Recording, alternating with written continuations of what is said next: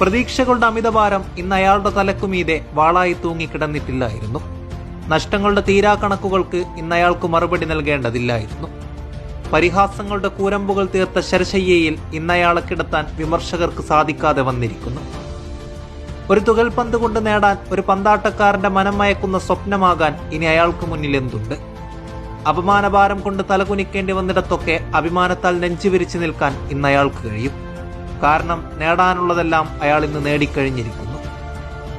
Copa അമേരിക്കയുടെ ഉദ്ഘാടന മത്സരത്തിൽ ഗോളുകൾ നേടാൻ കഴിഞ്ഞില്ലെങ്കിലും കനേഡിയൻ പ്രതിരോധത്തെ അയാൾ നിരവധി തവണ പോസ്റ്റ്മോർട്ടം ചെയ്തത് നമ്മൾ കണ്ടതാണ്. അൽവാരസിന്റെ ഗോളിലേക്ക് വഴിയൊരുക്കിയതും മാർട്ടിനസിന്റെ തളികയിൽ ഒരുക്കി നൽകിയ അസിസ്റ്റും നമ്മെ ഓർമ്മിപ്പിക്കുന്ന ചിലതുണ്ട്. ഒടുങ്ങാറായി എന്ന് പറയുമ്പോഴും അയാൾ തുടങ്ങുകയാണ് പലതും. ഇനിയും നമ്മൾ കാണാത്ത പലതും അയാളുടെ പക്കലുണ്ടാകണം. തന്റെ ഏറ്റവും മോശം പ്രകടനത്തിൽ പോലും മറ്റാർക്കും അവരുടെ ഏറ്റവും മികച്ച പ്രകടനത്തിൽ പുറത്തെടുക്കാൻ പറ്റാത്ത ചിലത് അയാൾ നമുക്ക് മുന്നിൽ കാഴ്ചവെക്കാറുണ്ട്.